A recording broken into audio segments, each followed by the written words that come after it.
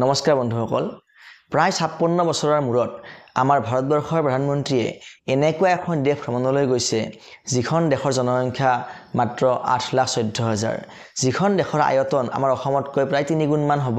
মানে তাৰ মাটিকালি প্ৰায় 2,15,000 বৰ্গ কিলোমিটাৰ মান হ'ব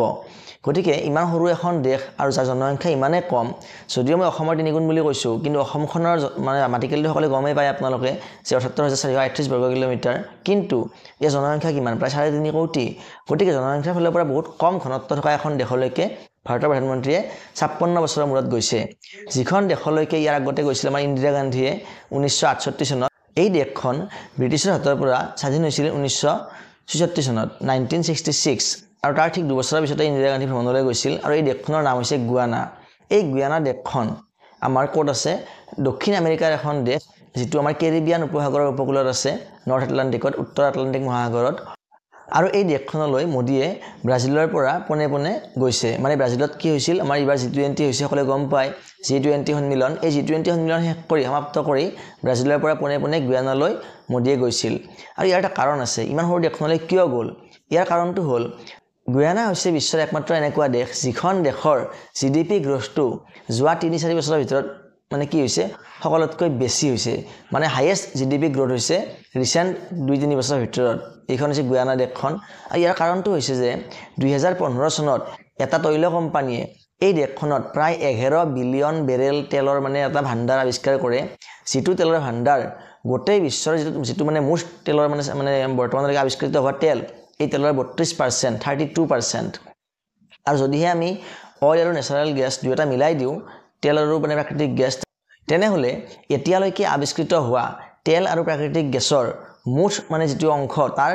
18% মানে আৱিষ্কৃত হৈছে ক'ত এই গুয়ানা দেশখনত গতিকে এইটোৱে স্বাভাৱিকতে দেশখনৰ GDP বৃদ্ধি কৰিছে একেবাৰে উল্লেখনীয়ভাৱে আৰু যদিহে এনেকৈ থাকে তেনেহলে আগন্তুক 2-3 বছৰৰ ভিতৰত মানে গুয়ানা কি হৈ যাব এখন অন্যতম ধনী দেশ হিচাপে পৰিগণিত হ'ব যেনেকৈ আমি সকলোৱে জানো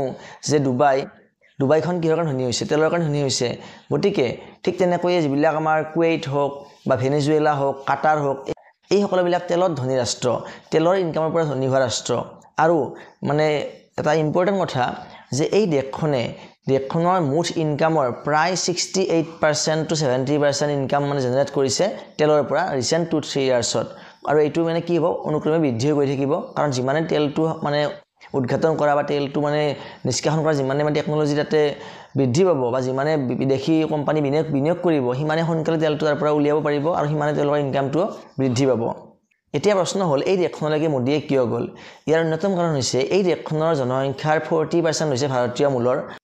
আৰু বৰ্তমান যিজন ব্যক্তিয়ে এইখন দেশৰ ৰাষ্ট্ৰপতি হিচাপে কাৰ্যনিৰ্বাহ কৰি আছে ডক্টৰ ইৰফান আলী তেখেতো এজন ভাৰতীয় মূলৰে মানুহ গতিকে সেই ফালৰ পৰা ভাৰতৰ লগত এটা সম্পৰ্ক আছে সফট কৰ্নাৰ এটা আছে আৰু দ্বিতীয়তে ভাৰতে তালৈ যোৱাৰ এটা অন্যতম কাৰণ হৈছে যে ভাৰত হৈছে বিশ্বৰ তৃতীয় মানে সৰ্বোচ্চ তেল মানে আমদানিকাৰী ৰাষ্ট্ৰ অৰ্থাৎ বিশ্বৰ যিবিলাক ৰাষ্ট্ৰই মানে তেল আমদানি কৰে বেলেগ দেশৰ পৰা তাৰ ভিতৰত ভাৰতৰ স্থান হৈছে তৃতীয় থাৰ্ড লাৰ্জেষ্ট মানে অইল ইম্পৰ্টেড কান্ট্ৰি গতিকে ভাৰতে কি বিচাৰিছে যে যাতে ভাৰতৰ অইল ইম্পৰ্ট কৰাৰ যেটো মানে ৰাস্তা বা যেটো মানে উৎস সোৰ্স এই সোৰ্স কাউন্টে যাতে বহুতখিনি মানে বৃদ্ধি পায় যাতে ভাৰতে কম মূল্যতে তেলটো আমদানি কৰিব পাৰে আৰু বেছি মূল্যত ভাৰতে যাতে ভাৰতত মানে ৰিফাইন কৰি বা কিবা যেনেকৈ নহওক কিয় ৰপ্তানি কৰিব পাৰে আৰু মানে কি কৰিব পাৰে ভাৰতে তাৰ পৰা ইনকাম এটা জেনাৰেট কৰিব পাৰে যেনেকৈ বৰ্তমান পশ্চিমীয়া দেশবিলাকে ৰাছিয়াৰ তেল আৰু গেছটো মানে বেন কৰাৰ ফলত কি হৈছে ৰাছিয়াই ভাৰতক কম দামতে তেলটো দি আছে আৰু সেই তেলটো ভাৰতে বৰ্তমান কি কৰি আছে ইয়াতে ৰিফাইন কৰি ক্ৰুড অইলটো কিনি আনি ইয়াত ৰিফাইন কৰি ভাৰতে তেলটো বৰ্তমান এক্সপোৰ্ট কৰি আছে আৰু এনেকৈ মানে আমাৰ ভাৰতে ৰেভিনিউ এটা জেনাৰেট কৰি আছে ঠিক এই সেম পলিচিটো মানে কি কৰিছে বৰ্তমান ভাৰতে গুয়ানাৰ ক্ষেত্ৰতে এপ্লাই কৰিবলৈ গৈ আছে গুয়ানাৰ পৰা ভাৰতে কি কৰিব কম মূল্যতে তেলটো আমদানি কৰি মানে ক্ৰুড অইলটো কেঁচা তেলটো আমদানি কৰি ভাৰতে ইয়াতে ৰিফাইন কৰি ইয়াৰ পৰা এক্সপোৰ্ট কৰিব আৰু ইয়াৰ লগতে আন এটা গুৰুত্বপূৰ্ণ কথা হৈছে যে এই যিখন দেশ গুয়ানা দেশখন এই দেশখনক ভাৰতে যেতিয়া কোভিড মহামাৰী হৈছিল সেই কোভিড মহামাৰীৰ সময়ত ভাৰতে প্ৰায় 80,000 ফ্ৰী ভ্যাকচিন ড'জ দিছিল মানে এইখন দেশক যি সময়ত এইখন দেশক কোনো আন দেশে মানে সহায় কৰিবলৈ মানে সিমান এটা উৎসুকতা দেখুওৱা নাছিল সেই সময়ত ভাৰতে মানে বিনামূলীয়াকৈ 80,000 ভ্যাকচিনৰ ড'জ প্ৰদান কৰিছিল যাৰ কাৰণে এতিয়া এইবাৰ মোদী যাওঁতেও সেইখন দেশৰ ৰাষ্ট্ৰপতি মোহাম্মদ ইৰফান আলীয়ে ডক্টৰ ইৰফান আলীয়ে মোদী কৃতজ্ঞতা জ্ঞাপন কৰিছে আৰু লগতে সেইখন দেশৰ যিটো সৰ্বোচ্চ অসামৰিক সন্মান সেই সন্মানটো মোদীক মানে এইবাৰ তেওঁলোকে প্ৰদান কৰিব মানে গুয়ানাৰ সৰ্বোচ্চ অসামৰিক সন্মানটো মোদীক প্ৰদান কৰা হ'ব গতিকে এই গোটেইখিনি কথা আমি আমাৰ কাৰণে এটা পজিটিভ খবৰ হিচাপে আমি ল'ব পাৰোঁ